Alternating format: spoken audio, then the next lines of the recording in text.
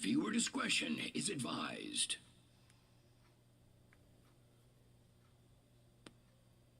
Go where no man has gone before. It'll make your head spin. It'll knock your socks off.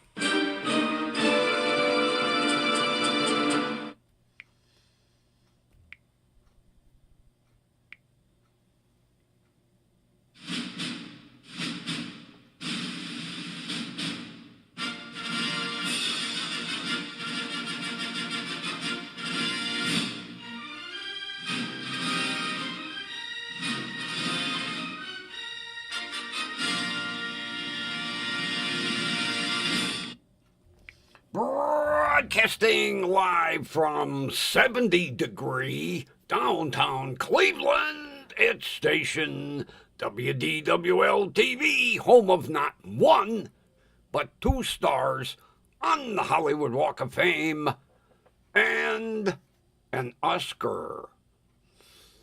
The flashing G, this camera, stands for your host, me, Grumpy, and we're brought to you by Mummified Grumpy Vulture Productions.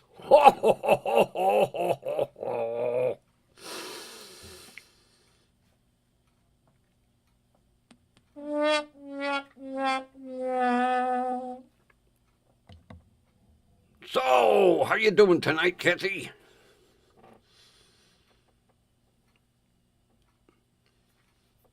It actually was gorgeous today. 70 degrees, sunny. Felt like a spring day. And then we're going to get rain this week. Whoop-de-doo.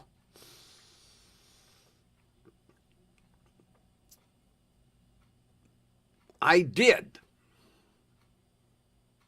give that power wand a brief test. I was going to wash the Passat,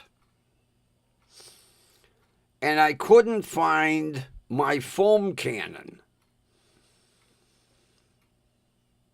So I hooked that wand up to the hose, and I'll tell you what, it acts like it's hooked to my pressure washer.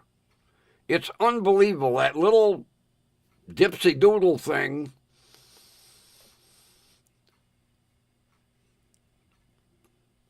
As a matter of fact, I blew some paint off my garage door that I didn't want to do. So I can't, I finally, about 20 minutes ago, found the damn foam cannon. I have a bad habit of every accessory I bought for the pressure washer, I put in a Tupperware tote. And I could have swore I put the foam cannon in there. Now, a foam cannon, if you haven't seen them before, it's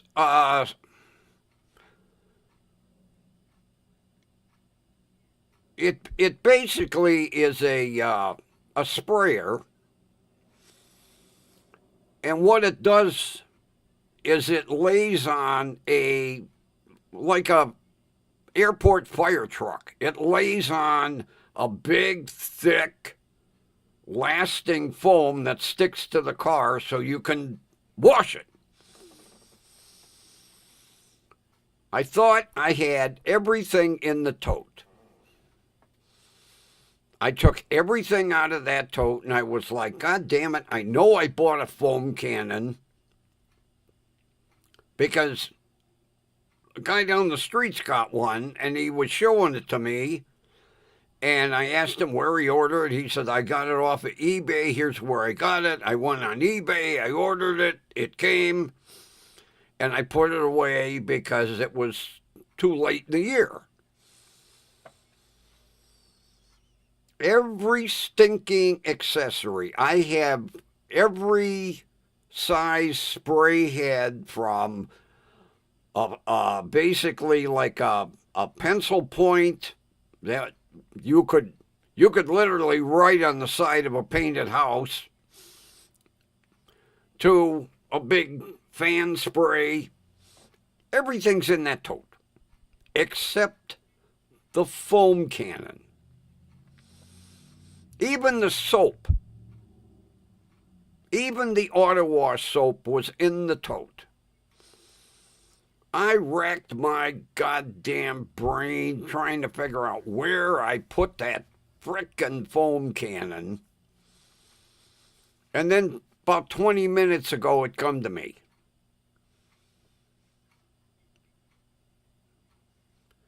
Take a look on the table with all my Ryobi tools. I like my cutoff saw and my angle grinder and so on. I keep them in the original box. I use them, I clean them, I put them back in the original box, which would make it easier if I ever had to pick up and move. Well, in this stack of boxes was the foam cannon. It was actually, if I would have moved one box while I was going through the tote, I would have seen it. So the car didn't get washed, but the wand got tested. It's amazing. I'm not going to drag the pressure washer out to wash the car. I'm going to use that wand. It's got that much pressure. I can't wait to hook the foam cannon to it. So if you're thinking of ordering it, go to it. Because it works. I'm impressed. Thank God I didn't buy that pressure washer. You know, my son dragged it home. One of the good things he dragged home. As a matter of fact, when he brought it home, it wasn't working right. And I downloaded the PDF manual. And the first paragraph in the manual says, make sure your pressure washer is hooked to water and it's turned on. Otherwise, it literally blows out the O-ring in the high pressure pump. Well, evidently, the guy that bought this pressure washer, because it's fucking brand new, he must have done that. He must have hooked it up and turned it on and then turned the water on, and it was just enough to screw up that O-ring. So I had to take the pump, the high pressure pump, off of the pressure washer, disassemble it, put a new O-ring in, put it back together, and it works like brand new.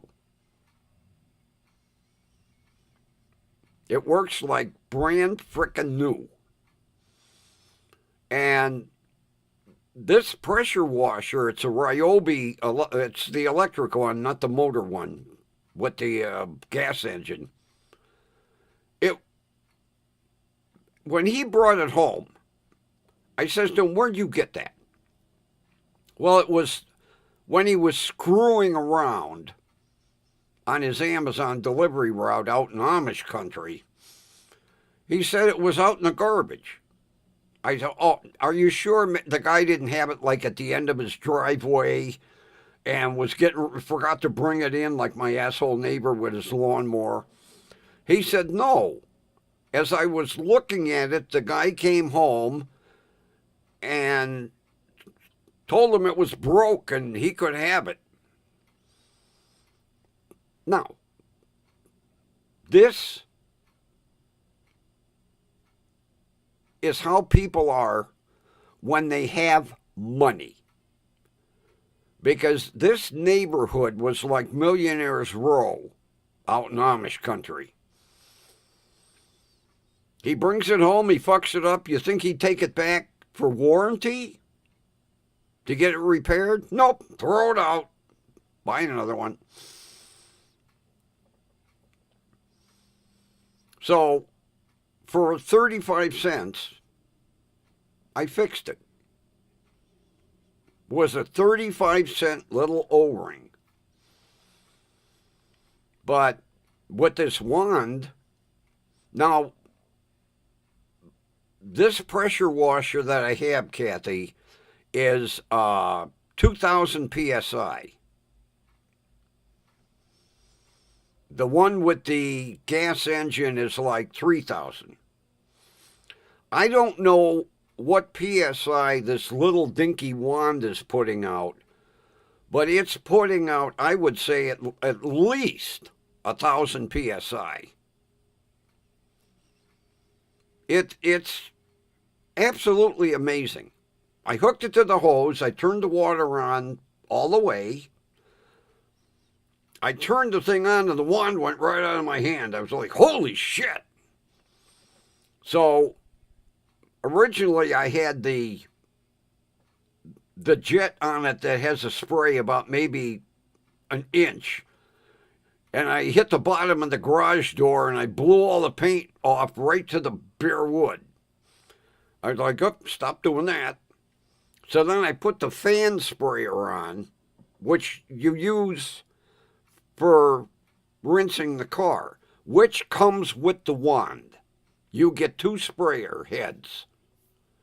If you want to, you can go to Homeless Depot and they have a sprayer head that has every size spray built into it. I can't remember how much it is. I've seen it. But I bought the kit that had it's either 8 or 10 spray heads.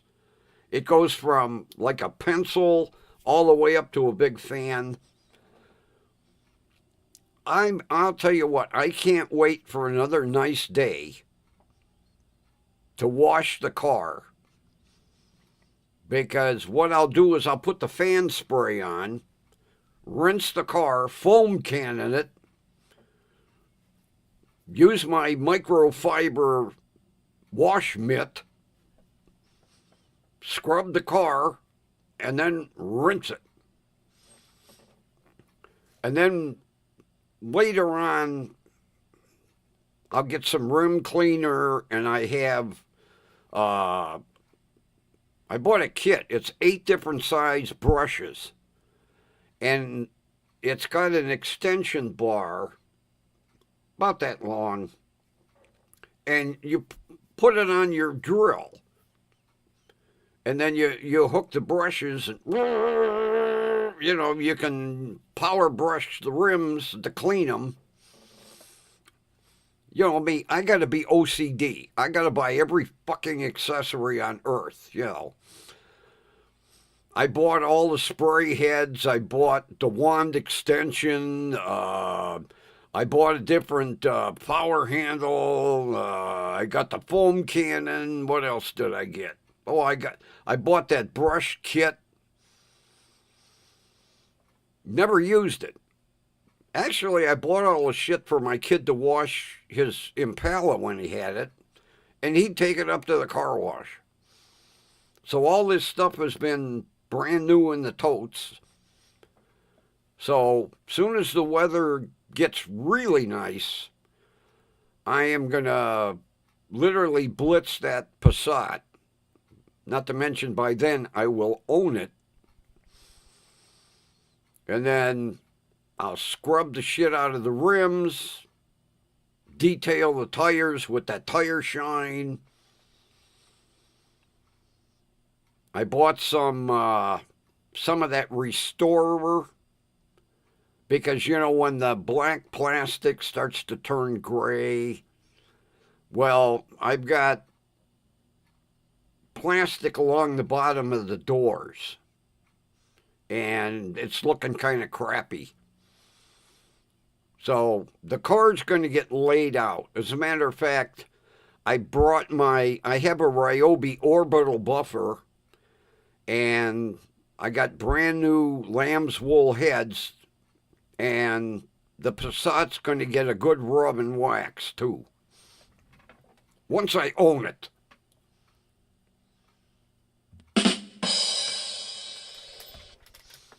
But that wand is amazing. You know, a piece of pipe that hooks to the hose with a snap fitting like for an air hose at a gas station. You pop on the whatever tip that you want to use, turn the water on, and like I say, it has an expensive ball valve, not some cheap chintzy, so you can turn it on real slow and slowly increase the water pressure. I'm amazed. That little piece of pipe, and I don't have to drag because this goddamn pressure washer, you have to unreel, and there's like 40 or 50 feet of hose. You have to unreel all the goddamn hose.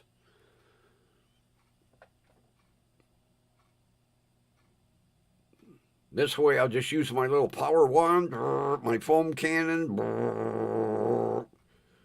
my fancy microfiber washing mitt. Oh yeah, I've got every frickin', like that brush kit. I got it up at eBay for like $11. It's got from a small little cone type brush up to a big, and like I say, it goes on the end of your power drill. And I bought the extension bar so that I'm a little farther away because I don't want water to get on the drill. And you don't have to get down with your hands and scrub. You just power brush them.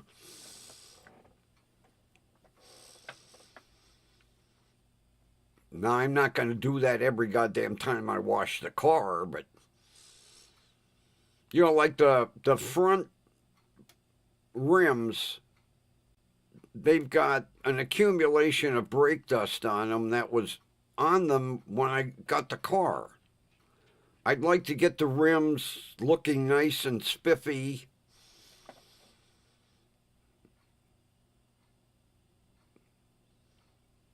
Once I own it.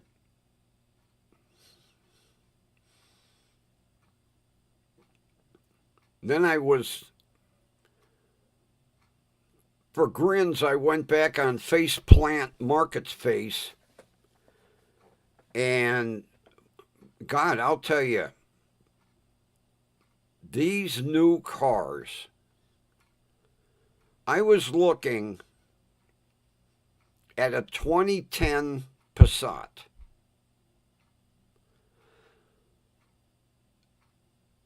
It was sad how much body rot that vehicle had on it. I've got no rust on mine whatsoever. Not a spot. This 2010 Passat looked as bad as my shitbox. And then I looked at a Jetta. The bottoms of the fenders were rotted away, and it was a 2012. The heels of the fenders were all rusted away. The rocker panels had big rot holes in them. I'm like, you know what? You pay for these cars. They don't last until the loan is paid off. It was sad looking at some of these vehicles. I looked at a 2014 Rutan, which is the minivan. Same thing. Bottom of the sliding doors were all rust rotted. And these were from different areas of Ohio. One was in Doylestown. One was in Burrig. I never even heard of Burrig, Ohio. Another one was in Chagrin Falls. One was in Westlake. One was in Avon.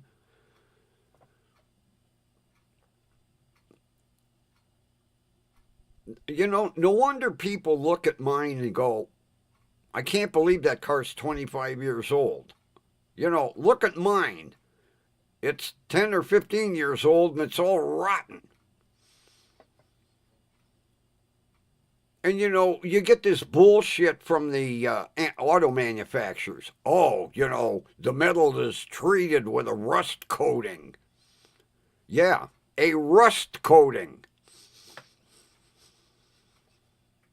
Which means it's going to rust. Oh, it was disgusting looking at some of these vehicles. And it wasn't just Volkswagen. I had looked at, as much as I hate Chevy, I love that little HHR. I would love to have one of them. There were 3 of them on Market Space that all rusted away.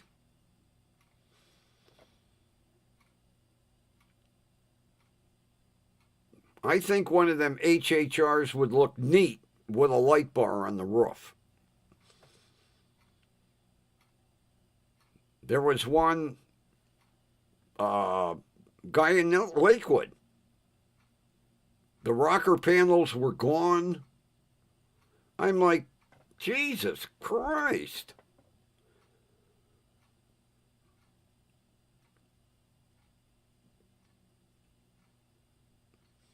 And, you know, with the manufacturers boasting that the cars come with, you know, they're double zinc coated and this and that, they literally put, like, Z-Bart out of business. I think Z-Bart needs to make a comeback. We need rust-proofing companies to make a comeback. Because, you know, now you can finance a car for 7 years.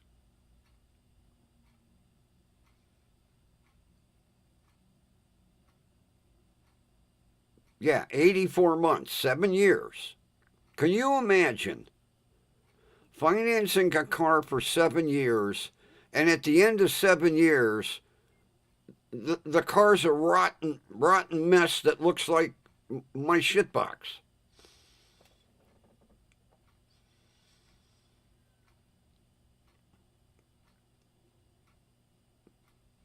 Every new car that I bought back in the day, I had it Z-Bart rust-proofed.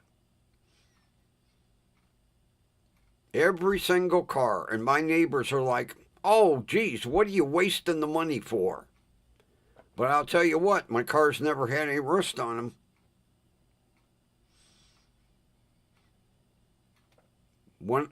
Because I would never trade them in, because you could never get enough from a dealer. I would sell my cars outright. People were begging to buy my cars. Especially when I told them, hey, it's Z-Bart rust-proofed.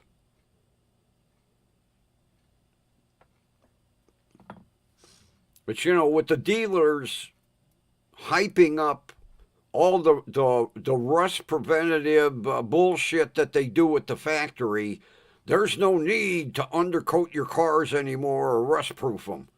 Bullshit. Looking at some of these cars, it was sad.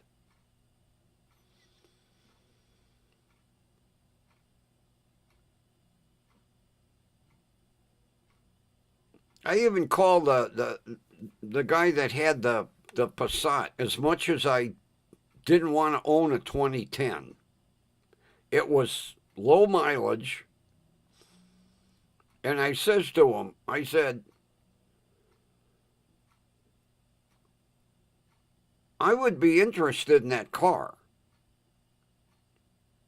But I'm not going. I'm telling you right now, I'm not going to give you $2,000 for that thing, because if you see my 25-year-old Passat, you're going to cry. I said, you got a 2010 that has literally got rot holes in it, and I've got a 2001 that is rust free.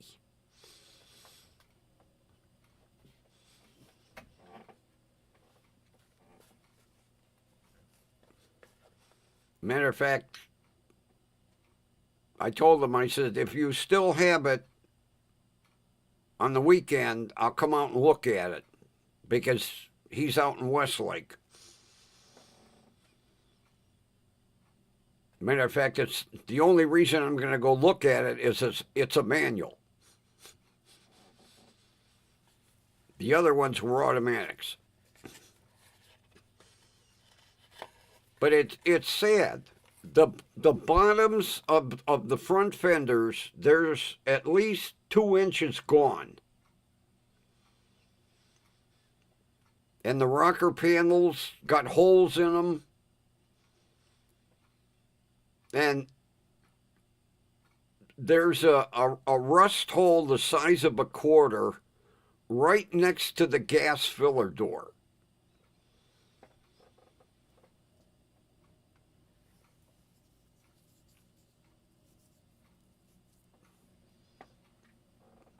But, you know, places, and there used to be a lot of rust-proofing places. Z-Bart was the big one.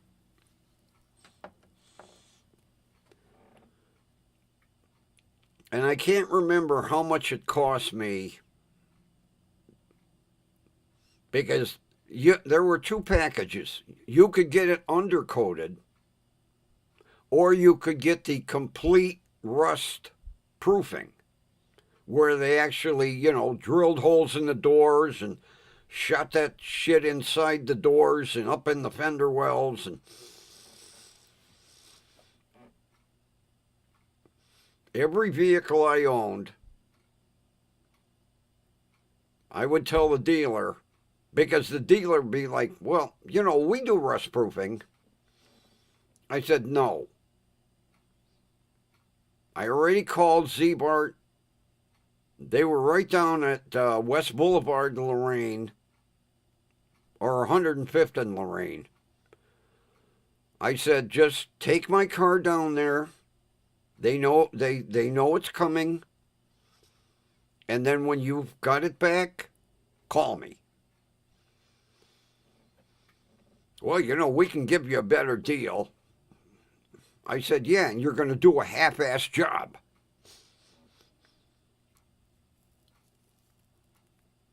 Those companies need to make a comeback. Because what they could do is take photographs of all these different cars that are still basically fairly new, that are rotting away before people's eyes.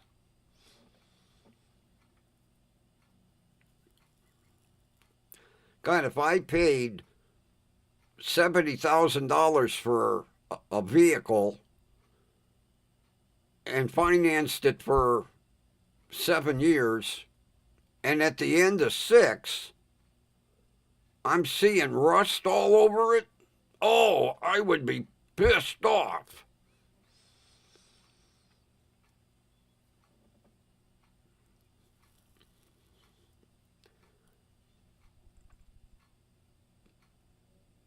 Oh, that 2010 Passat. And what makes it look even worse, it's white. So the rust is showing up everywhere.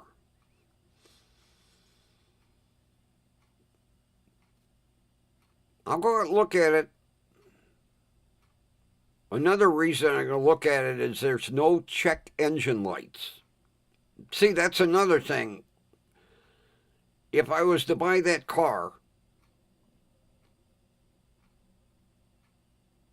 it's going to need an e-check every year until it hits 25 years old. I don't want to deal with the e-check.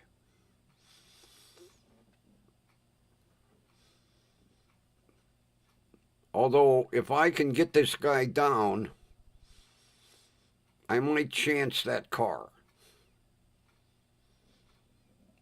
Mainly because it's got the V6 with a manual. And that way I'd have an 01 and a 2010. I'd have an 01 that is spotless and a 2010 that looks like an 01.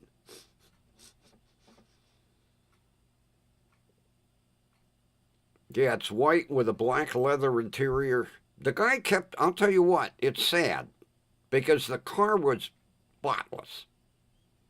The interior was beautiful. He told me, he said,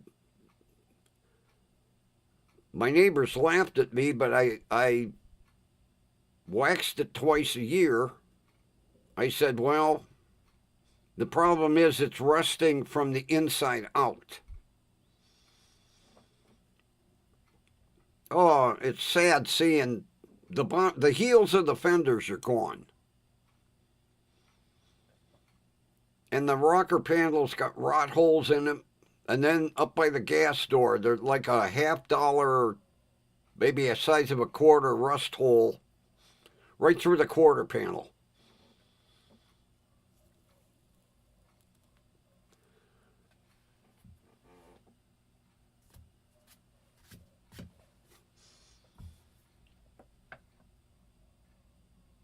But I could not believe how rotten these new cars are. And for the money that you have to pay for them.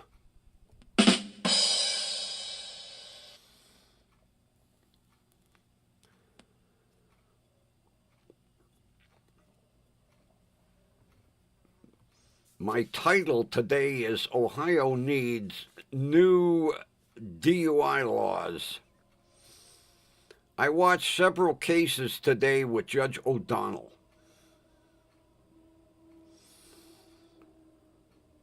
The first one, the guy had 5 OVIs, operating a vehicle impaired.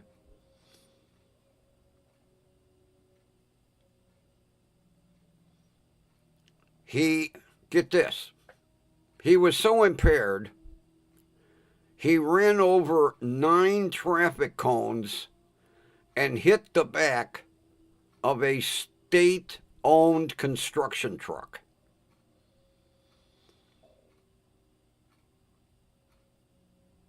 He said he didn't see it.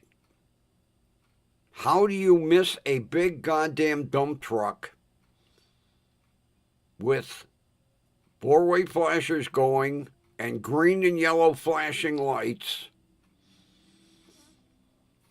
and the truck is all white?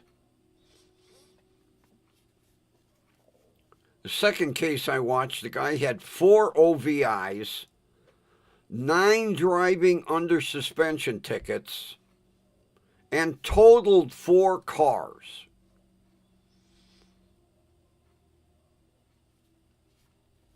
The third one, the guy had 6 OVIs, 11 driving under suspension tickets, and totaled 5 cars. Still driving.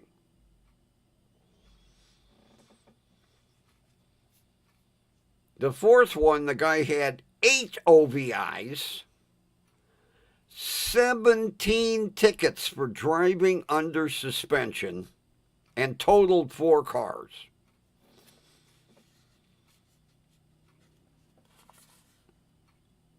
That's almost as bad as the asshole that hit my shitbox. No license, no insurance, but they drive.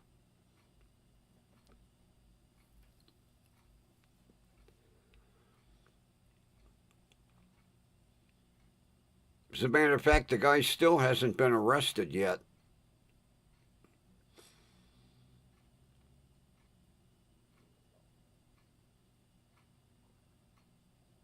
But you know, they get a ticket for driving under suspension.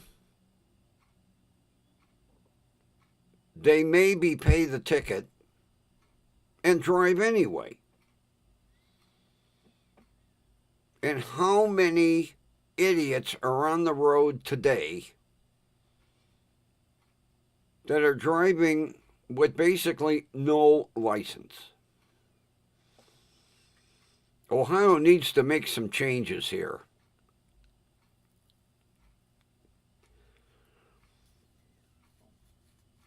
And I would like to know how they get their license plates. Because when you go into the license bureau to either get plates or a sticker, you have to give them your driver's license. When your license is suspended, they take that license away from you. How are they getting their registrations?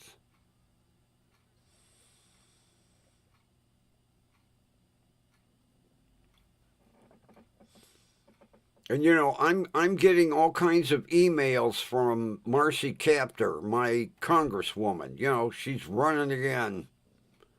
Oh, we want your support. I don't know how many times I've been down to her office to talk about shit like this. She goes, well, you know, we introduce a bill and it gets shot down, you know. I says to her, I says, okay, wait until one of your politician buddies gets hit by one of these idiots. Oh, then there'll be laws.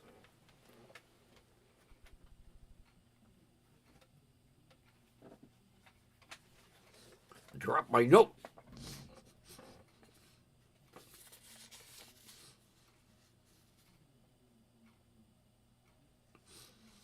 Then, on the lighter side,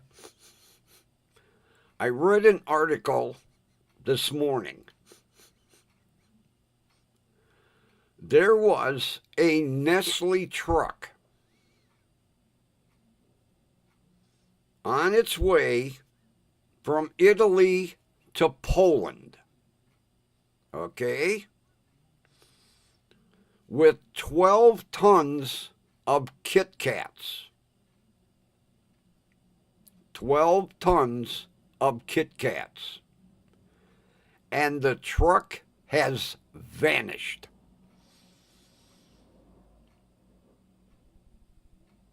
It left Italy, it never made it to Poland, and it's vanished. They can't find it.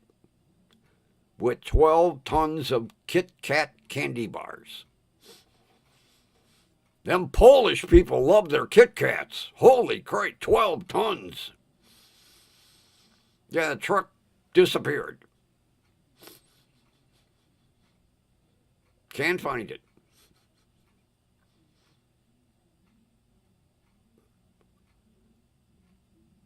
All before Easter.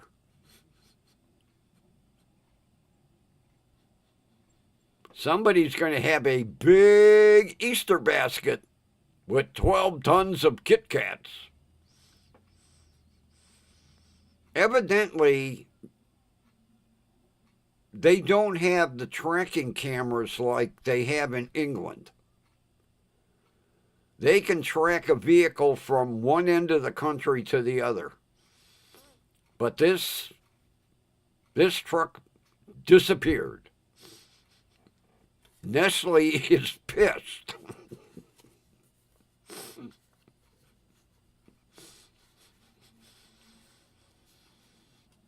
Then, I saved the video, but I have to try to figure out a way of sending to you, Kathy. Because the way I saved it, I might not be able to send it. I got to work on it.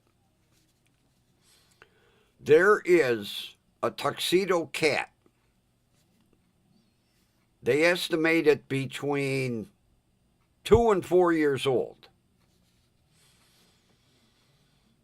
It got hit, and both rear legs got crushed.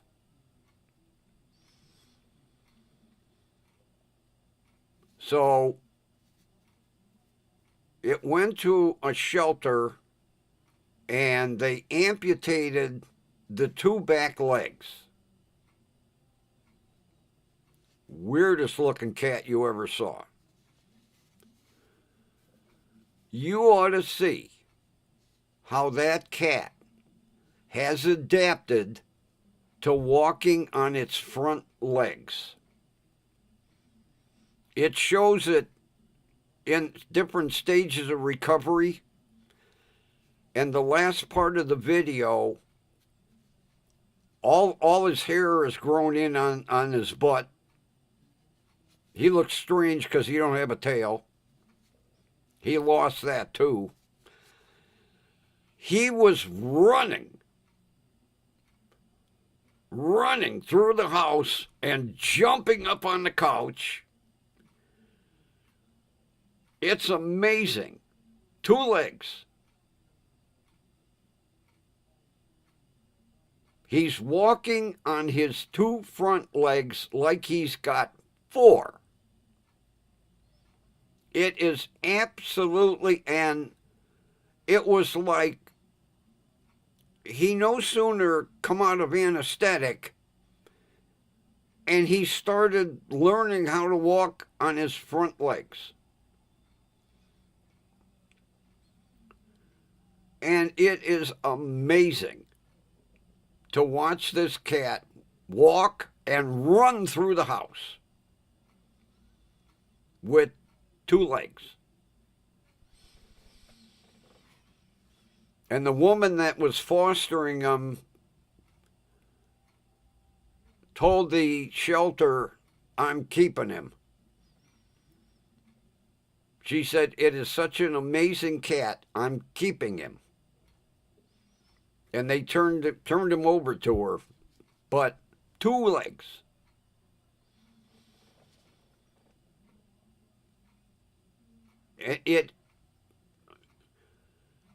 It was amazing to see him. He like ran through the kitchen into the living room and jumped up on the couch. It's amazing. I got to figure out how to send the video to you because I saved it. And then I was reading an article about a shelter in Virginia. And they had a stray mother cat that had 4 kittens in the shelter. A couple days later,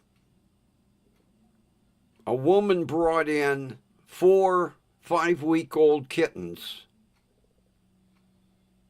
She didn't want them. So they put the kittens in a cage next to this mama. Well, the kittens started crying. And the woman at the shelter that they interviewed said these kittens were raising hell because they wanted their mama. Well, then mama started raising hell and she got over at the edge of the cage and she was like talking to the kittens.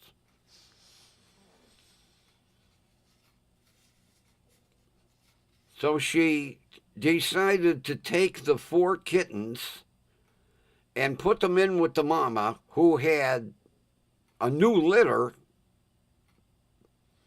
to see what would happen.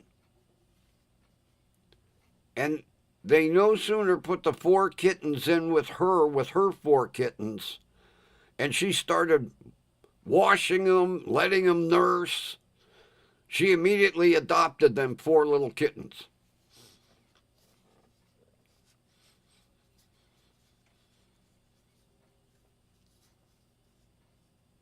I thought that was kind of cute. And then, the last article I read, woman living in either North or South Carolina, I can't remember, one of the Carolinas, had a 3-year-old tabby. And it shows her, well, they show pictures. She's sitting on the couch with a bowl of popcorn. And the cat loves popcorn. And he kept reaching for the bowl, and she was like, no, you're not getting no popcorn. The cat was reaching for the bowl, and she, no popcorn. So the cat jumped off the couch and went in the other room for about 5 minutes, she said. When he came back and jumped up on the couch, his one eye was closed and he kept pawing at his eye. And she says, oh, gee, what did you do? You know, how'd you hurt yourself? And he was pawing at his eye, and his eye, it remained closed. So she says, oh, this'll make you feel better. And she gave him a kernel of popcorn. And immediately the eye opened up. And he forgot he was injured.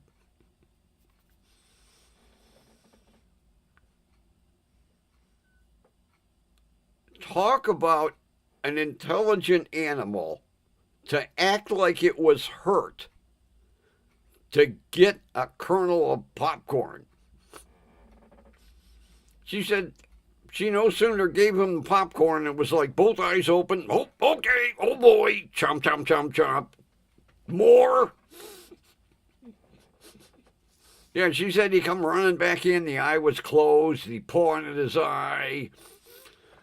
She gave him a kernel of popcorn and bing. Miracle happened. I'm well again.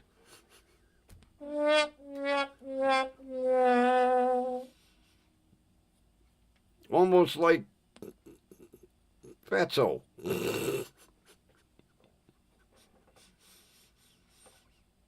But I hope I can figure, because I couldn't save it to my email. It wouldn't let me. That's the problem with MSN News website.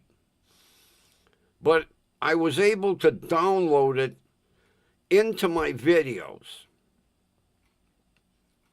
So I'm hoping I can basically send it from my videos to you, because you'll love seeing this two-legged cat.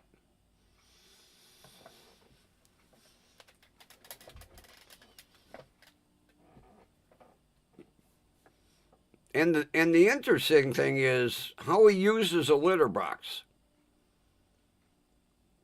He uses a litter box like normal. But he's got no rear legs and no tail. But it's absolutely amazing how that cat can run.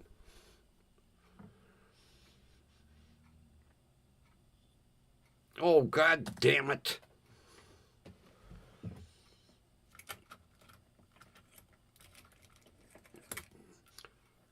You bastard.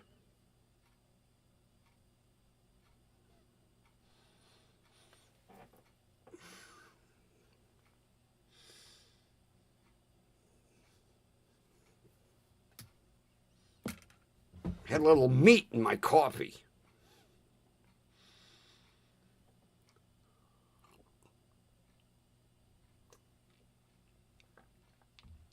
I did a dumb thing. I had a couple of potatoes, and I forgot about them. And I've got the goddamn frickin' what the hell you call them goddamn little itty bitty flies.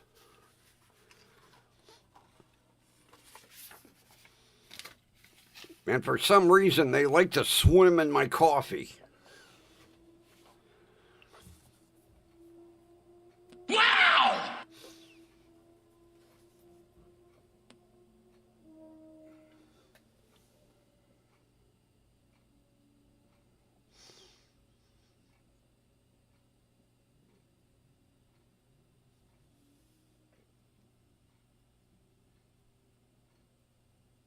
You wanted to know what?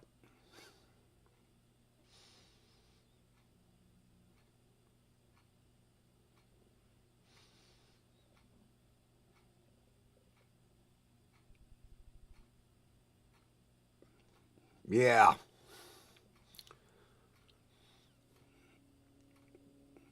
I opened the goddamn cupboard and I was like, oh, son of a bitch. I forgot I put them. See, you know, I was eating baked potatoes on a regular basis. And I ended up with 2 small ones.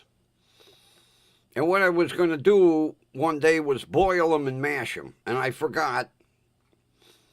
And then I end up with them goddamn tsetse flies.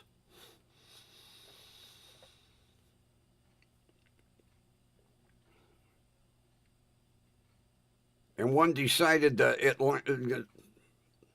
wasn't actually in the coffee. I was able to get it before it dove in to do a backstroke. I'm covering the cup with paper now. I should have done that earlier. It's amazing. They were out in the kitchen. They followed me into the studio. Now it's going to take me a goddamn week to get them out of the house.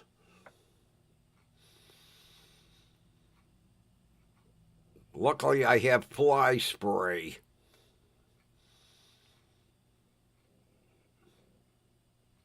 And I paid extra for the environmentally friendly. It mainly is pet friendly. Because if you use regular Raid, it's not pet friendly. So I paid extra and bought the environmentally friendly cat spray. Yeah, cat spray. Fly spray. Anything environmentally friendly is more expensive.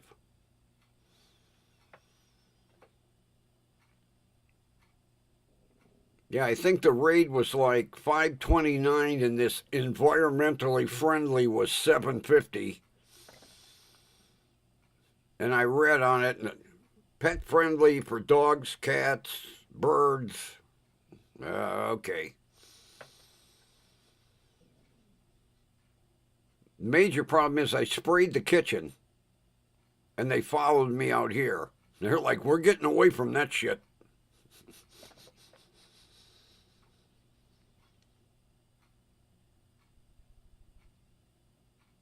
See, I usually put the potatoes under the sink. I have a big, like Tupperware container.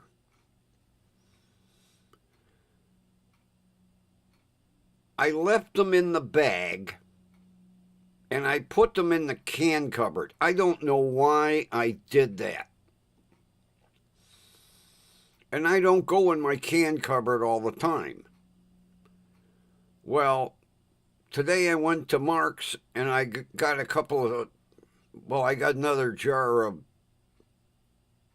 my chili sauce. And then I got some sweet sour sauce and some sweet chili sauce because I've got egg rolls that I got at Dollar Tree. I love them egg rolls. Open the cupboard. Jesus Christ. Then I looked and I saw the potato bag and I like, bastards, right out in the garbage. But the damage is done. I don't know why I put them up there. Because the potatoes always go under the sink, in the potato container. Why I rolled that bag up and put it in the can cupboard, I don't know. Must be old-timers' disease.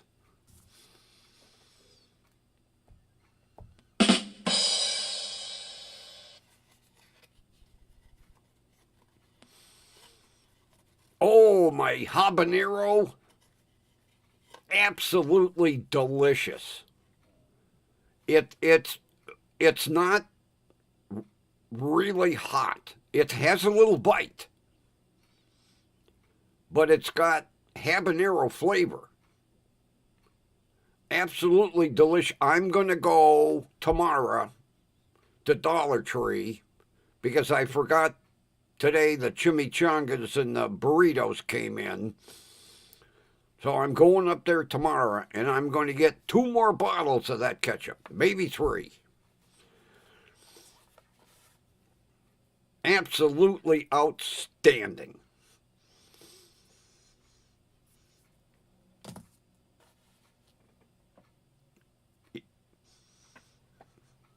I mean, it does have a little bite. Almost maybe the same as the Cholula hot sauce. But the flavor is unbelievable because you got ketchup mixed with habanero pepper flavor. Out of this world. I'm going to get more because damn Dollar Tree, you know, they'll have something and then they don't have it. So I'm going to get more.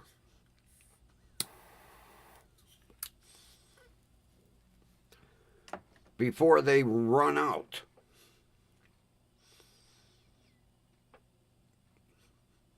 Because, see, that Dollar Tree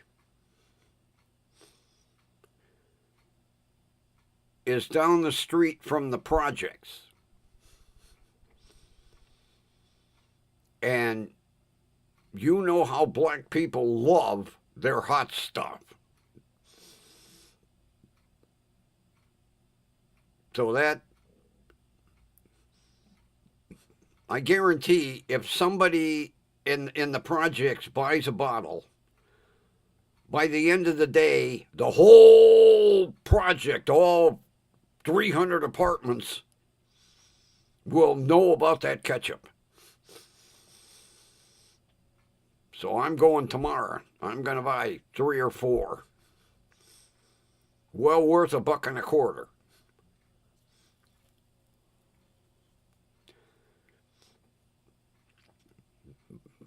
But see, I forgot today was the delivery for the frozen food. So tomorrow I'm going to go up there and buy a shitload of chimichangas and burritos.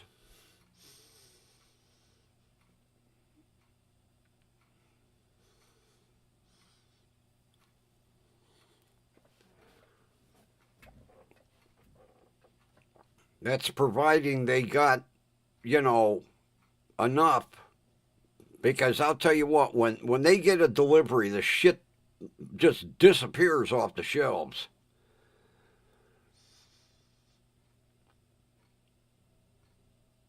Oh, definitely. Oh, yeah. Absolutely.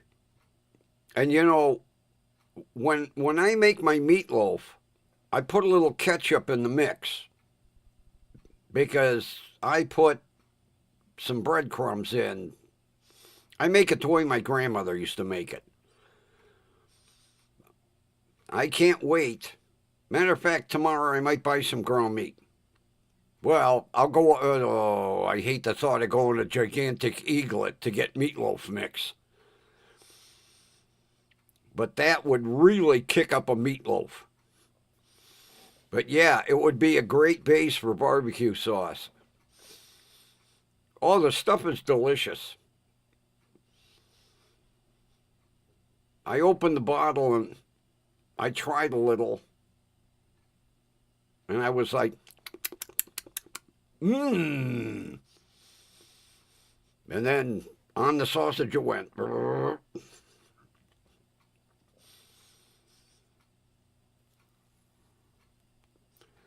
You do yours that way too? I guess it's an old country thing because my grandmother always put some breadcrumbs and an egg and ketchup, and then she would make the meatloaf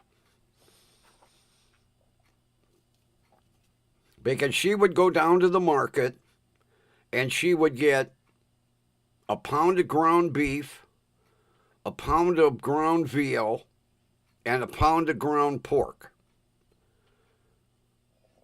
And then she would mix it all up, throw some breadcrumbs in it, some ketchup, and an egg.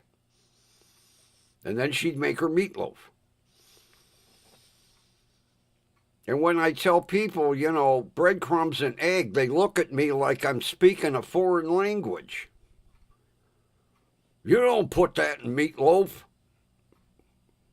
I do. It's delicious. Not to mention that it bonds the meatloaf.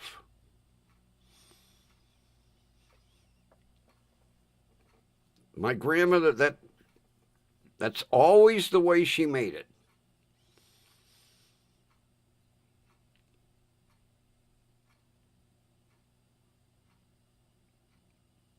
As a matter of fact, the last time I made meatloaf, and which drives people crazy, when I get done with a bag of potato chips, you know, you always got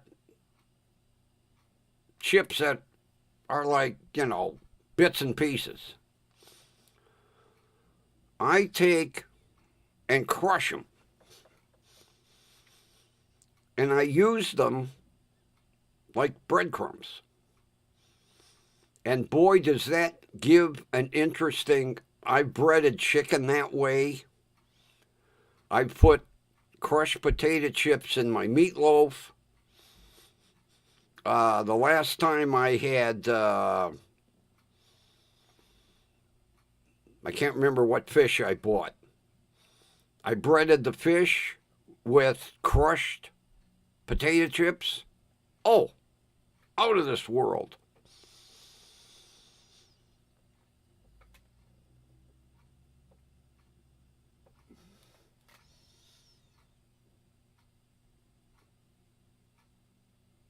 No,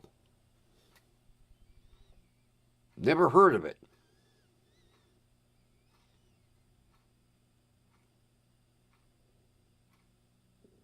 Never heard of it. Well, maybe I did, but I haven't heard that in eons. But it isn't ringing a bell.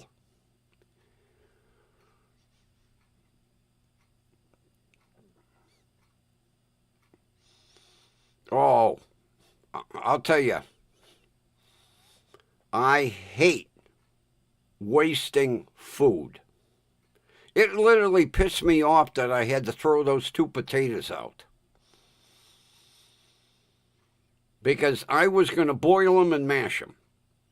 And I forgot all about them because I put them where they shouldn't have been. Oh, you know. And my son is famous for what I call science projects. I'll open the refrigerator and, you know, he's got stuff that turns from green to blue, you know.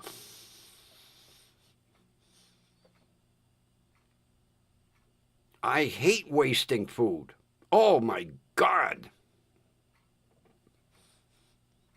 Nothing will piss me off more than to waste. And I'll tell you what, it did. It pissed me off that I literally wasted them 2 potatoes. They were about the size of a baseball. But they were too small to bake. Well, I could have baked the 2 of them, but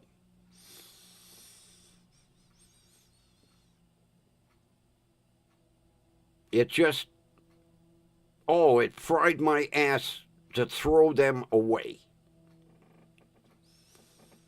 Goddamn shit's too expensive to toss out. Of course, potatoes used to be cheap.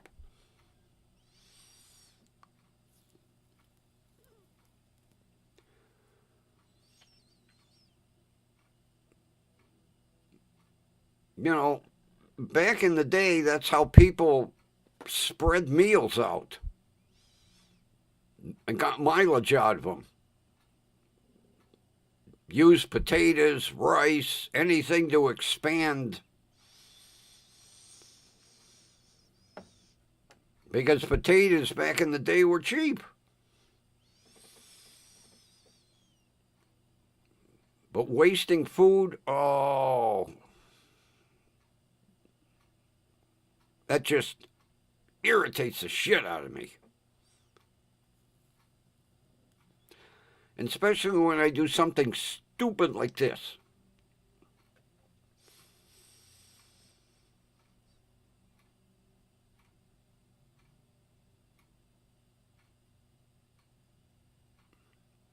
Open that cupboard and I was like, what? Picked that bag up and I was like, oh, man.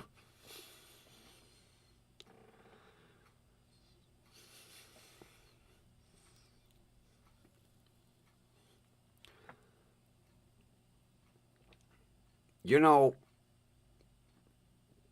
my buddy's son's wife, you know, one of these days, I keep telling him, I said, you know, one of these days, you're going to be on Social Security. Although I doubt it because he's got 401k and stocks and bonds and all this shit. Whatever his wife makes for dinner, at the end of the meal, whatever him and his wife and his 2 kids don't eat, she throws out. She don't believe in leftovers.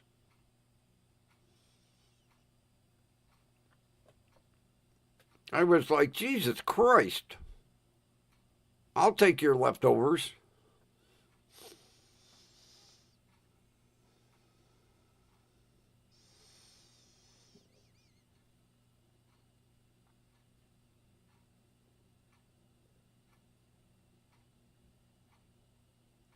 Oh, my grandmother used to do that. Because my grandmother was Slovenian. I remember eating that.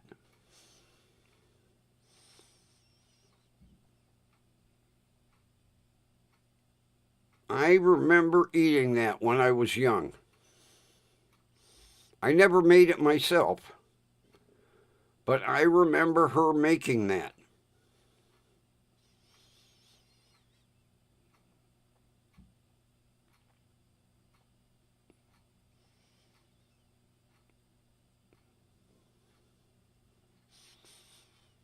I didn't. God, I forgot all about that. Because back in the day, they used to give bones away. Now, if you want soup bones, you have to fucking buy them. She'd go down the market and she would get all kinds of bones. Like if she was going to make soup, she would boil the bones down and make her own stock.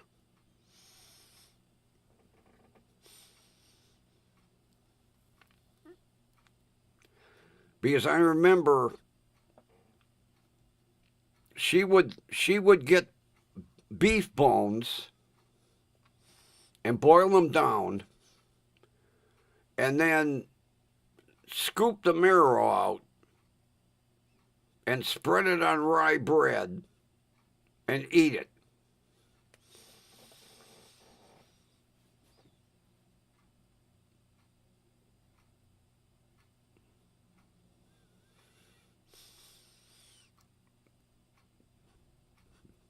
Yeah, she'd come back with frickin' beef bones like that and then boil them down. And it was hilarious. She'd have a bowl and she'd take them bones and blow the marrow out. It'd land in the bowl, and then she'd get out rye bread and like peanut butter, And it was actually good. I remember eating that, and I would tell kids, I ate that, and oh, God, they're like, oh, Jesus Christ, enough to make me gag.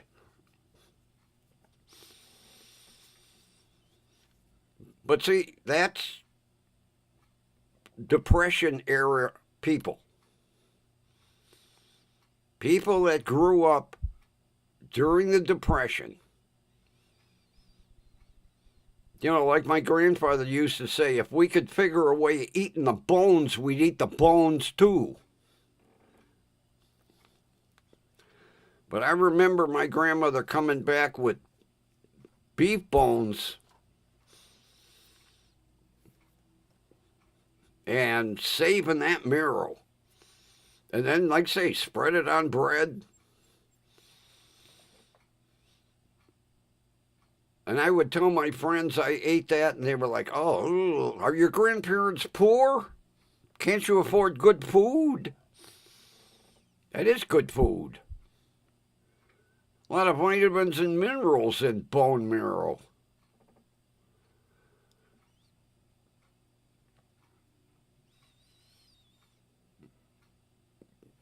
Oh, they wouldn't waste anything.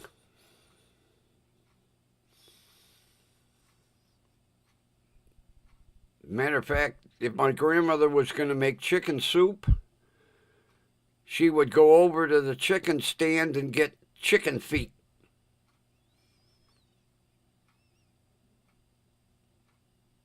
And she would boil the chicken feet for stock, and then my grandfather would eat the chicken feet. I drew the line at chicken feet.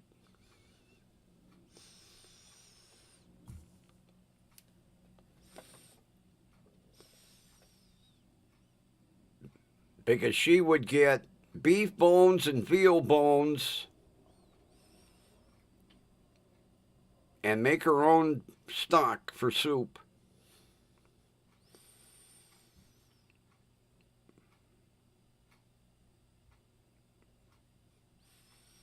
Oh, I drew the line at them. My grandfather'd have a bowl full of them. Want one? I'll pass. You don't know what's good for you. Hey, them chicken walked on them feet, and I saw what they walked in. They weren't walking on brand new carpeting.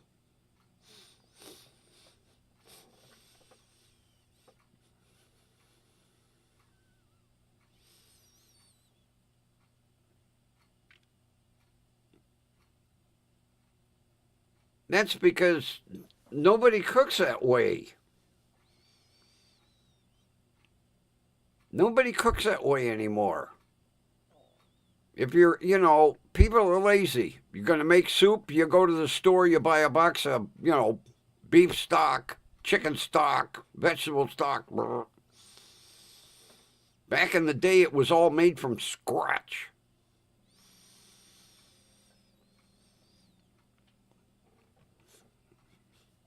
Oh, no. Young kids today, they have no idea what veal is. No idea whatsoever.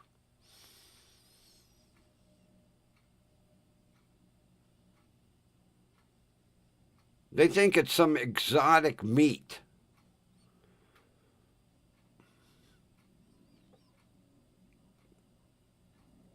God, my grandmother used to make breaded veal cutlets. Oh, my God. The food that I miss today, because I'm too lazy to cook.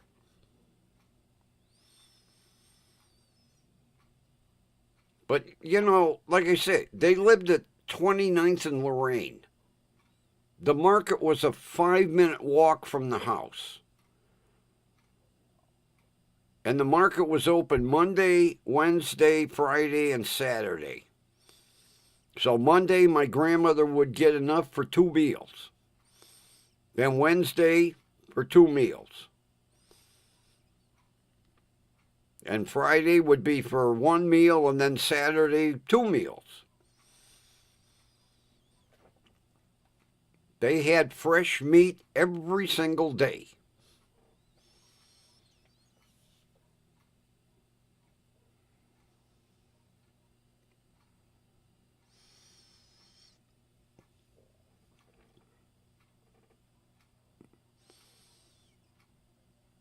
Yeah, but I could guarantee she isn't getting no millennials.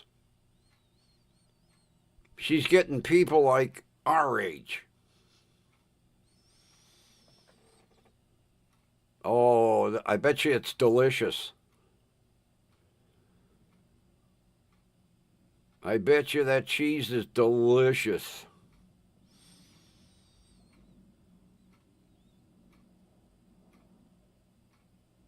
But see, like today, Kathy, the West Side Market is ruined.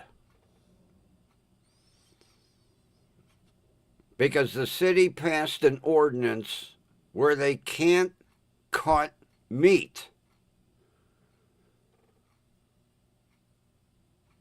Everything is all packaged.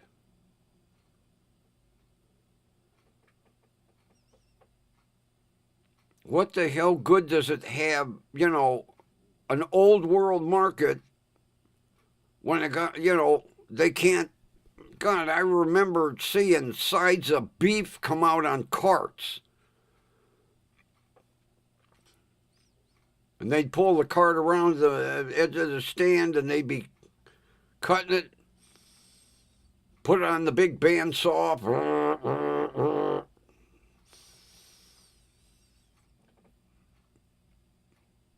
There was no such thing as a pot roast in the meat case. You wanted a pot roast? They threw that side of beef on that bandsaw. How thick you want it? This way, this way. Here you go.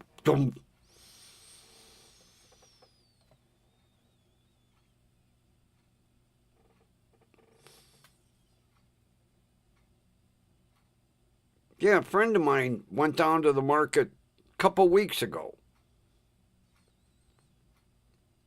And he told me, he said, everything's all cut. It comes in all cut. No more bandsaws, no more fresh cutting anything. Everything's all cut in the meat case.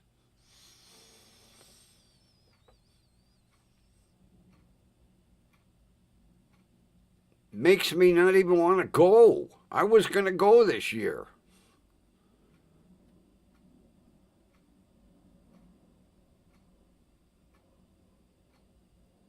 I was all set to go. And then I heard this shit. If I want everything all pre-cut, I'll go to fucking Giant Eagle. Why am I going to go down there?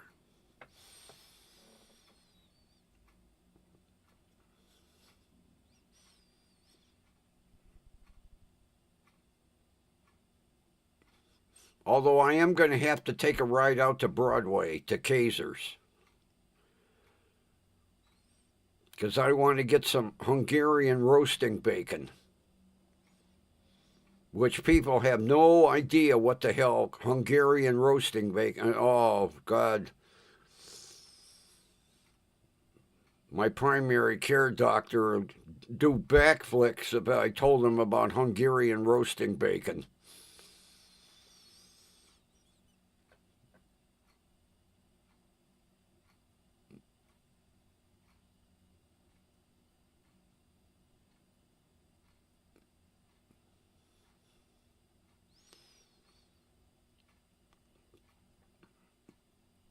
You know, Kathy, I'm thankful for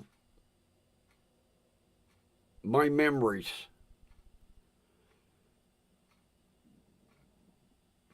Of being a young kid down at that market and seeing a side of beef go by on a cart or a side of pork. Go back to the one stand and they're frickin' goat heads. Two eyes looking at you. Whoa. Yeah, it was nothing to see a guy with a cart with a fucking side of beef roll past everybody. Everybody, come, move out of the way, please. You have that wheelie cart. People look like, holy shit.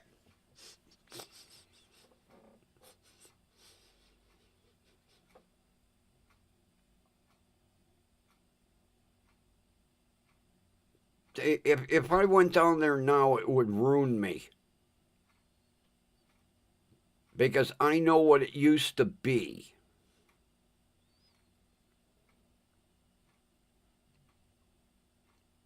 Not to mention all the stand owners are gone.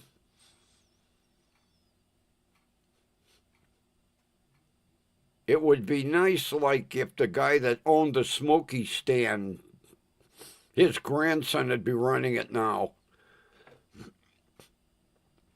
I'd go down there and say, hey, your grandfather used to give me Smokies. Can I have some?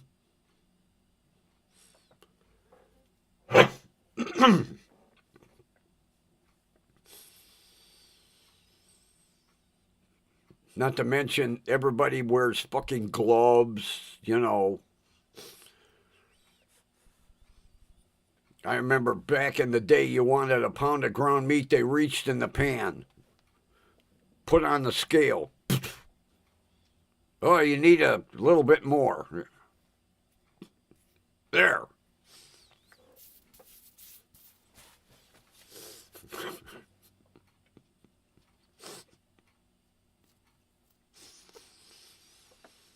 Yeah, when my buddy told me everything was all pre-cut, I said, I can go to Giant fucking Eagle if I want pre-cut. I can go to Mark's. I can go to Save-A-Lot.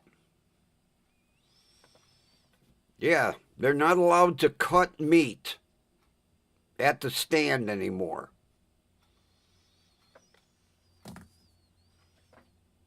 I don't know when that ordinance passed.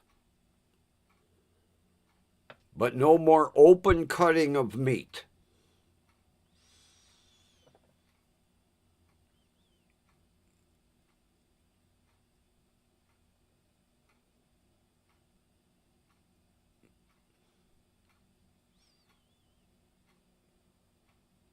You know, it's basically like a big fancy Giant Eagle. They go to the meat warehouse.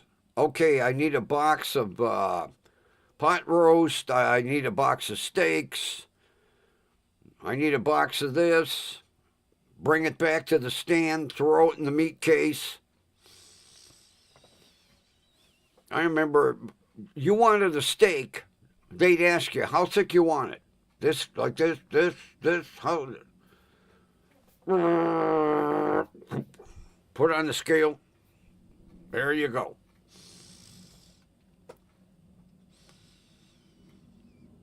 You didn't buy it by the pound, you bought it by the thickness. I want a steak about an inch thick. They cut it. There you go. Not anymore. Not from what I've heard. No more open meat cutting. God damn it, I put a piece of paper on there. Get out of that. Get out of my coffee.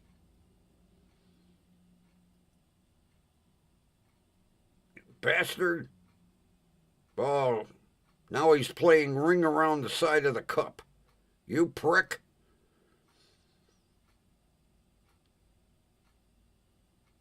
Oh, you bastard. He's running around the edge of the fucking cup.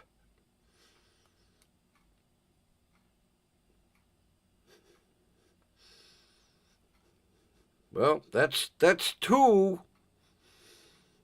At least they didn't dive in. I was playing ring around the rosy with my little scooper here.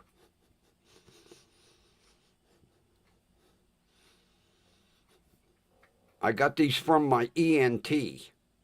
They're actually little tiny spoons to clean your ear. I use them to scoop bugs out of my coffee.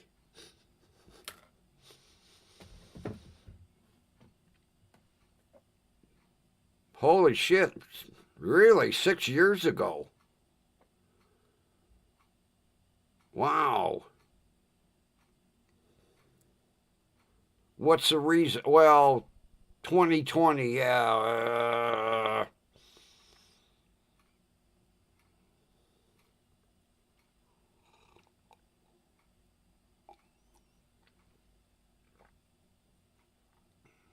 Pandemic.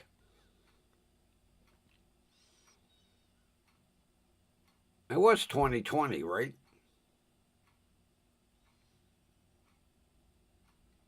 Yeah, pandemic.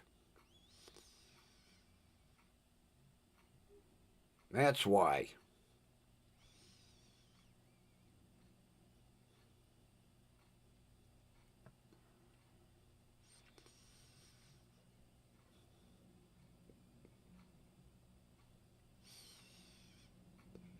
That sucks.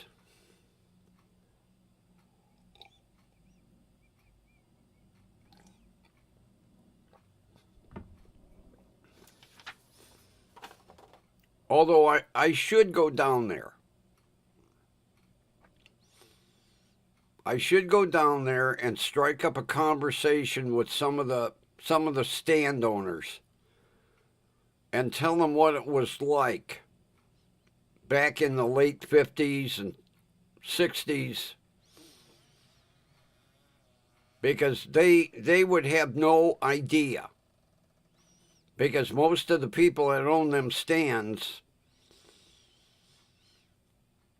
unless the stand got passed down through the family,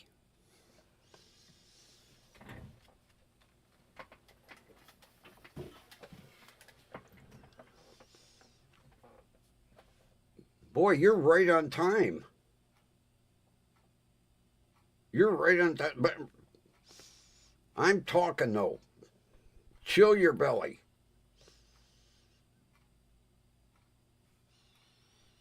Boy, has he got a timer on his belly?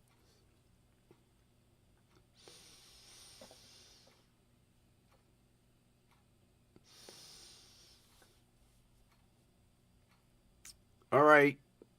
What did Pinzone carry? Beef or pork? I don't remember Pinzone.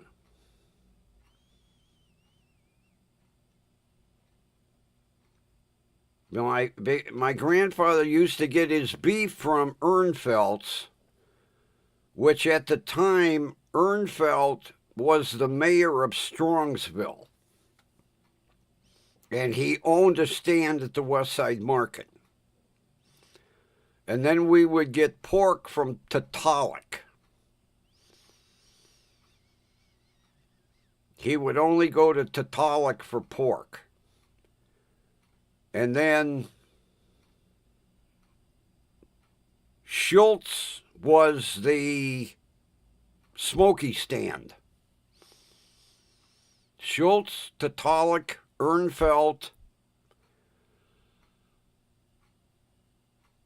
Oh God, there was a separate stand for veal. They only carried veal. Oh, what the hell was the name of the Ernfeldt for beef, Tatalik for pork. Schultz had the smoky stand. Well, he had more than just smokies, but Ernfeldt, Tatalik, Schultz. Oh, God, who owned the veal stand?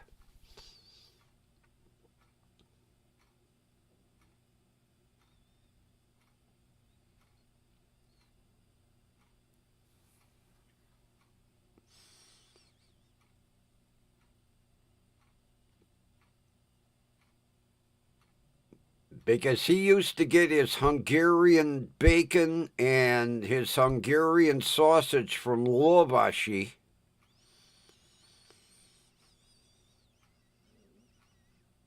Because I could never understand what they were talking about because they talked in Hungarian. And then old man Lovashi would point at me and laugh. I never knew what they were laughing about. Oh, I can't think of the name of the guy that had the veal stand. Ernfeldt, Tatalik, Schultz, Lovashi for Hungarian stuff.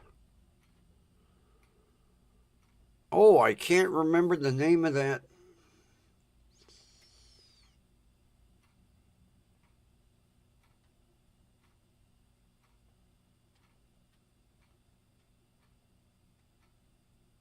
Shedlikowski.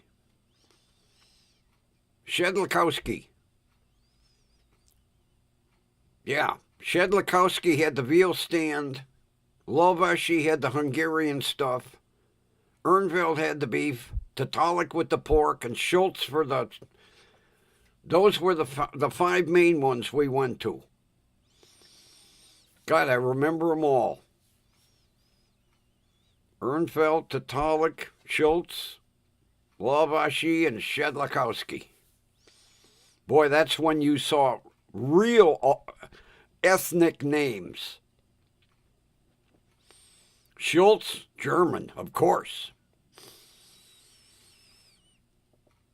I don't know what Tatalik was, but Lovashi, Hungarian.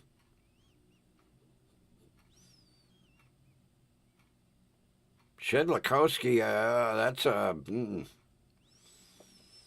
But I mean, you don't see them names down there today, I bet.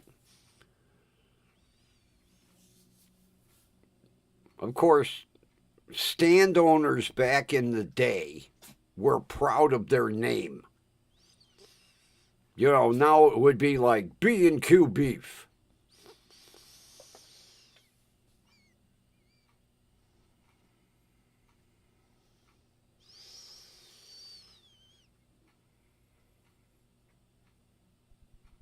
Pinzone's almost sounds like, you know, Italian.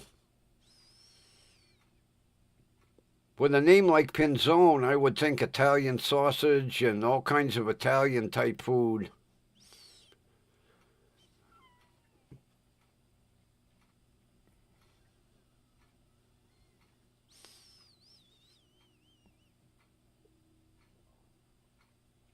Yeah, see, that's another thing. A lot of them got out of the market and went out, you know, they went out to the suburbs.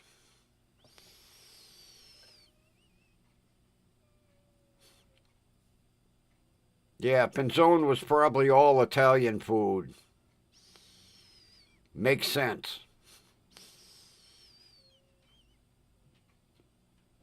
And then the bakery was Mary's. The bakery in the back where my grandfather got his rye bread. Mary's Bakery. I don't know what Mary's last name was. She didn't want to put her last name on the stand. Mary's Bakery. And I can't remember the butter. Oh, I can't remember the name of the butter stand. I used to love going back there because they had like 100-pound blocks of butter. It was a big block of butter. And of course, doing it every day, it was amazing. You would say, I need a pound of, I'll have a pound of salted and I'll have a pound of sweet butter. And they'd whack, whack, put it on the scale.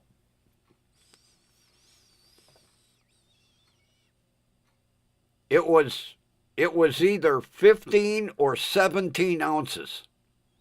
It was amazing how they could just cut that butter and there'd be a pound in that chunk. But like I say, they're doing it every, Monday, Wednesday, Friday, Saturday, 52 weeks of the year, because very rarely did a stand close for vacation.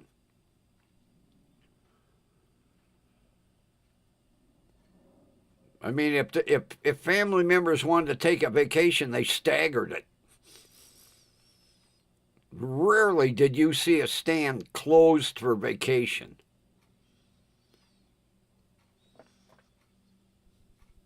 Dever. I worked with a guy at White Motors, Dever. Wally.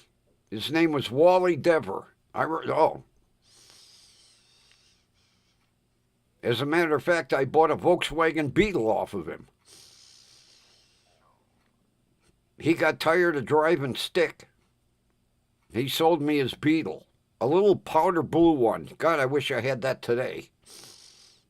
Yeah, Wally Dever. He lived over up Rocky River Drive.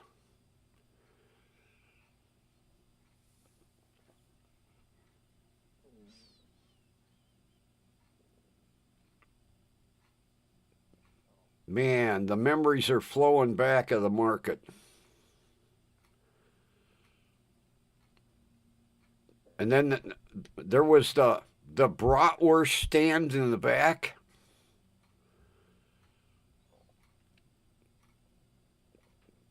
That'd be the first thing we did. My grandfather, he'd stop up front and he'd get a free cup of coffee from the newsstand because the guy had a coffee maker. And then we would go in the back and we'd get a bratwurst and sauerkraut sandwich and then walk through the market.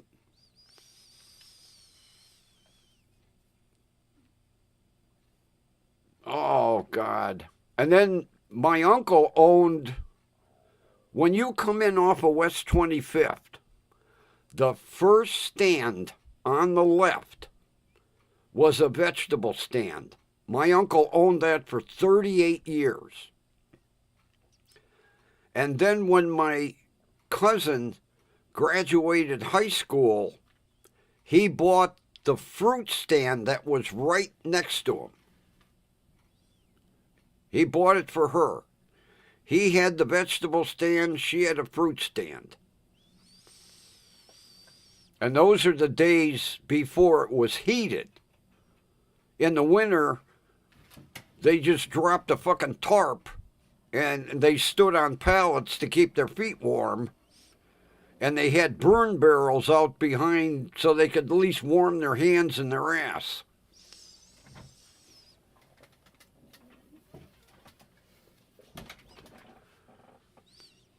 Now it's all enclosed and heated.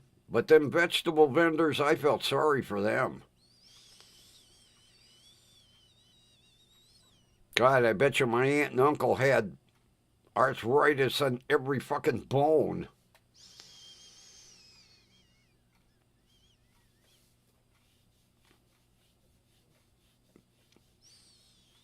Well, you know, it's nice to see it go through the family.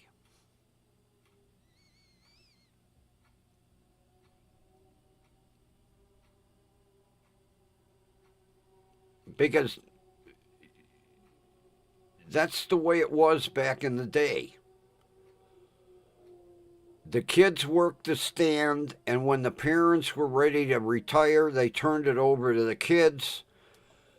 It stayed in the family. There was a reputation.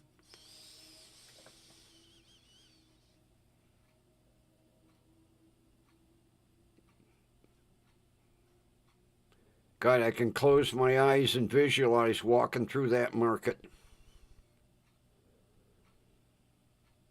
Good memories. Oh, good memories.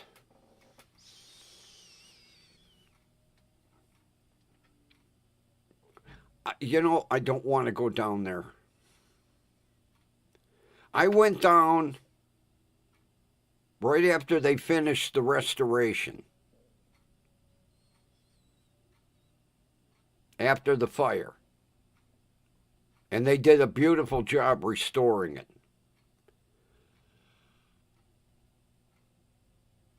Between growing up down there and seeing the restoration, those are the memories I want to keep, because if I go down there now, it's going to ruin it for me.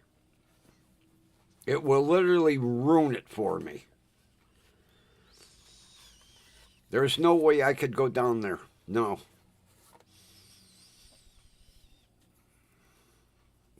No way.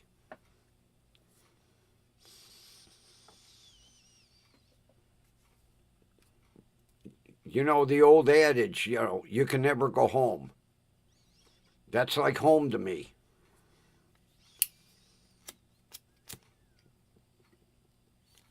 There's no way I could go. No way.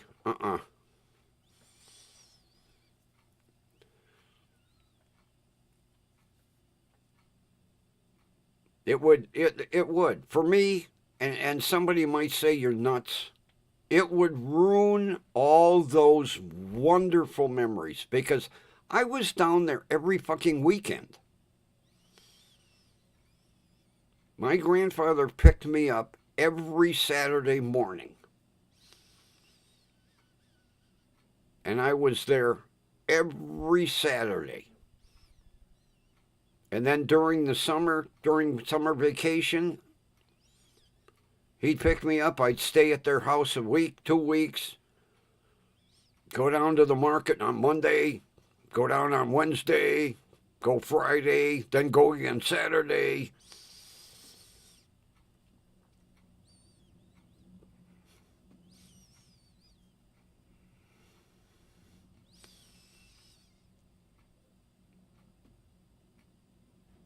And my grandfather was there every single day that market was open.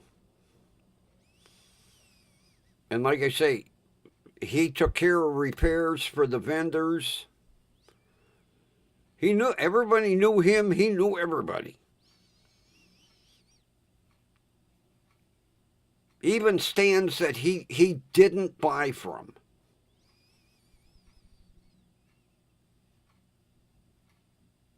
We'd be walking through the market, you know, every stand we passed. Hey Joe, how you doing? Hey Joe, you need anything, Joe? You know. And same thing with the fruit and vegetables outside. Everybody knew him.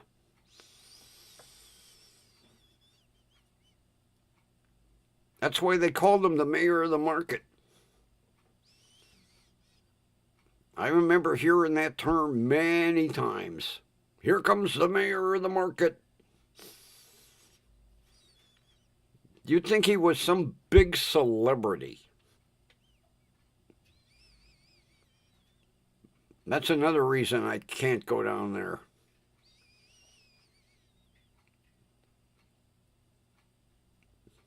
Matter of fact, it was really strange going down there after he passed. You know, it was like missing my right arm.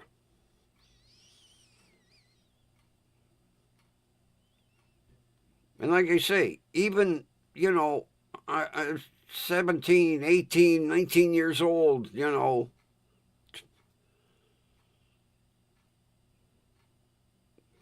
I didn't go down weekly.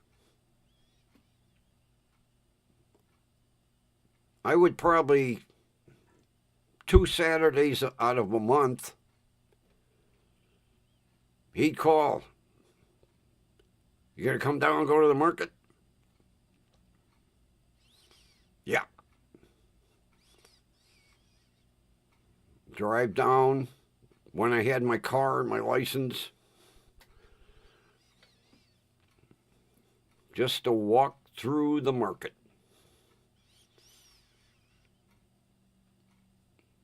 And get free smokies. I was still getting them at 18, 19. It was hilarious because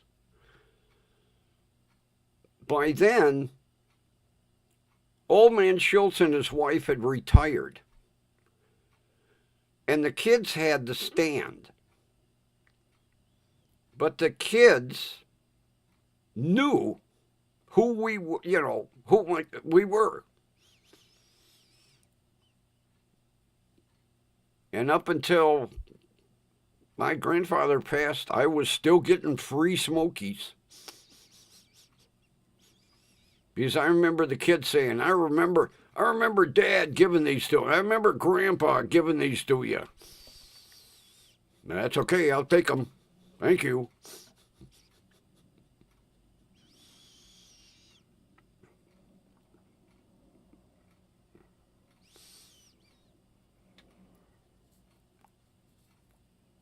Yeah.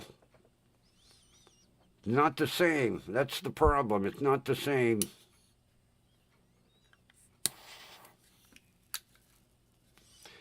It actually, like I say, would ruin your memories.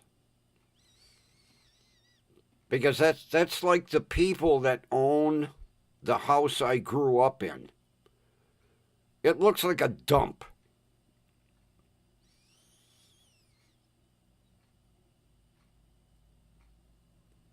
I drive past it all the time, and it looks like a dump. They tore out the landscaping my father put in and put grass in, and the house needs paint. I look at it and go, oh, God. It wasn't like that when I lived there.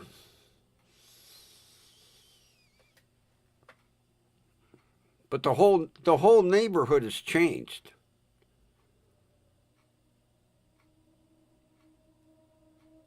The only person that's still living in the neighborhood is my math teacher from high school.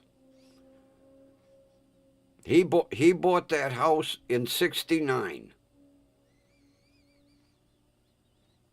And he's still there.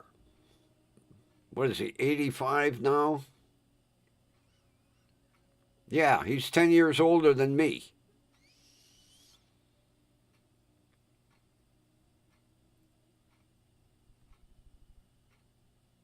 Oh yeah, those are definitely old world names.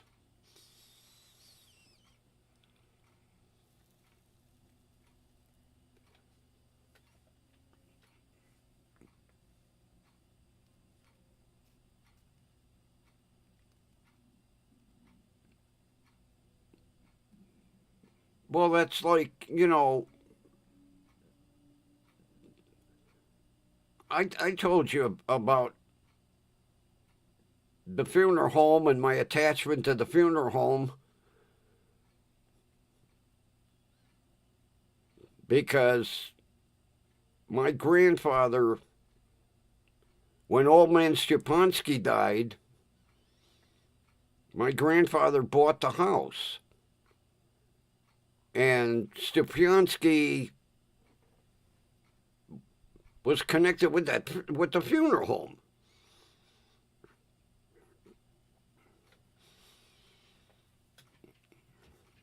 Because I remember telling him, because I saw the picture.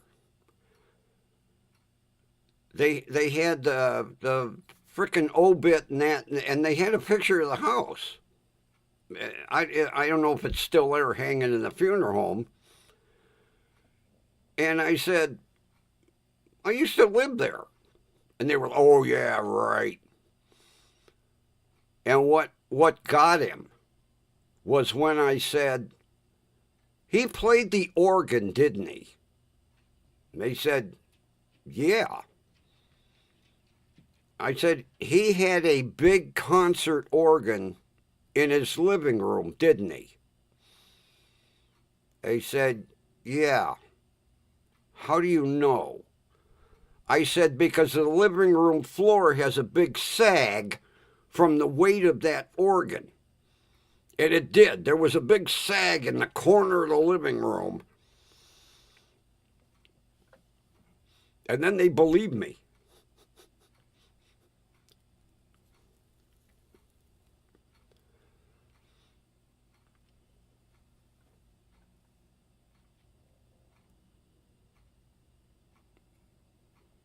God, his daughter was a doll. I remember her going. There were a lot of times when we would do a funeral and she was handling it. She'd ride in the hearse with me. And I was single, boy. I wanted to hit on her, but definitely didn't want to create bad relations with the limousine service. But she was a doll. God, I can't remember her name. And she was single, too.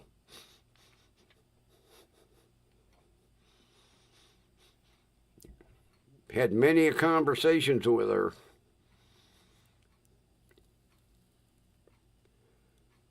Because the hearse driver is always the funeral director's assistant. I can remember pushing a lot of caskets down the middle aisle of a church.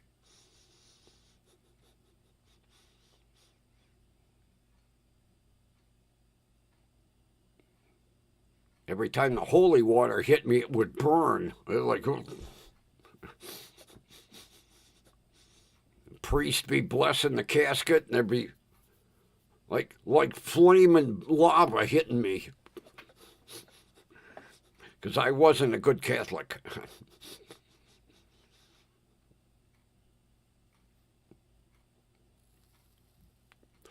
Although I remember one funeral home was on here on the west side. And after the father died, the daughter took the funeral home over. And she never liked doing prayers. She would always hit the hearse drivers up. Can you do prayers before we leave the funeral home? You know. And good thing I think quick on my feet. Because I had heard this before, you know. She walks up to me and she goes, can you do the prayers before we leave the funeral home? And I said, sorry, I'm Jewish. She was like, oh, sorry.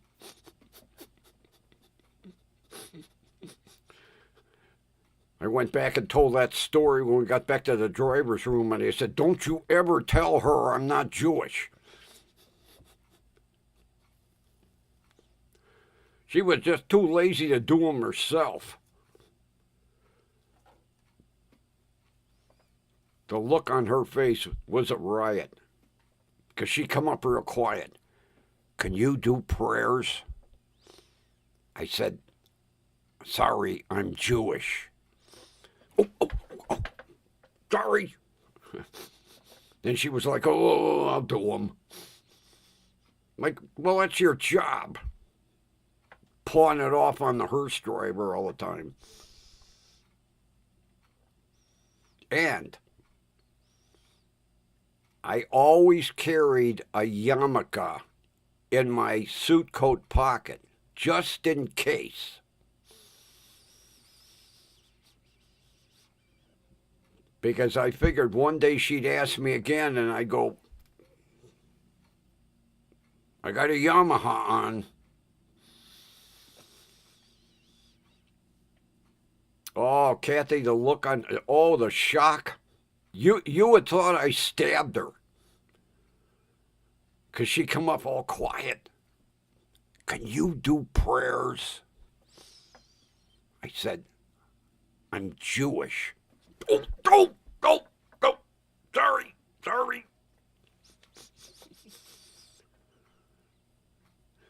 I can't do prayers, but I could do around a Hava Nagila.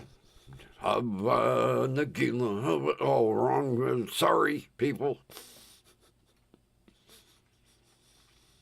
You know, I never thought of that.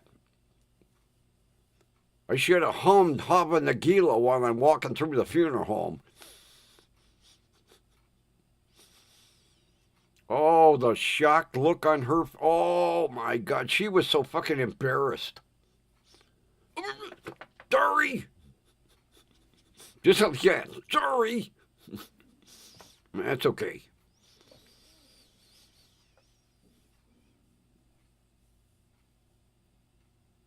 I used to know I used to be able to sing the whole thing.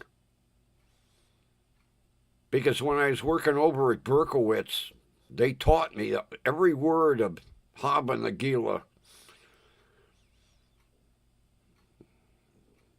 It's not that hard. I forget. Don't need to sing it no more. Although, Kathy, I did the same thing to Jehovah's Witnesses. I used to keep a yarmulke right by my front door, just in case. One day they knocked on the door. I looked out the window, and they're dead giveaway with their briefcase, you know, and they're usually carrying a couple of books. I popped that yarmulke on, and I opened the door. I said, yes? They were like, oh, sorry. That's okay. What are you selling? Sorry to bother you. Closed the door, took the yarmulke off. I got it somewhere. It's purple velvet on top of it. I got it from one of the funeral directors at Berkowitz. Oh, God. I'll have to find it. I still have it. It's purple velvet. I have purple velvet yarmulke. Must be for special occasions. I don't know. All right. Jesus. Oh, my God. The eyes are like, feed me. Okay. Hey, we did a 9 o'clocker tonight, though. That's it. I'm through.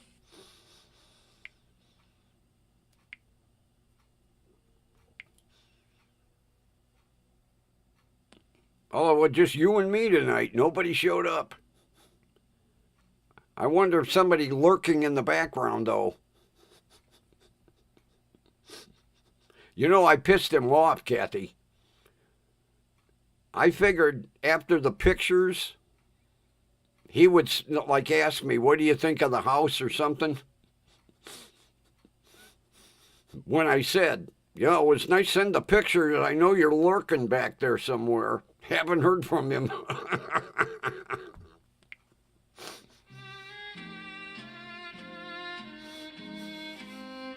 If you're lurking back there, hi. We'll meet again We know where, right here, WDWL TV, home of not one, but 2 stars on the Hollywood Walk of Fame, and Mr. Oscar. All right. Have a wonderful rest of your evening. Take care. And I'll see you tomorrow night. Bye-bye.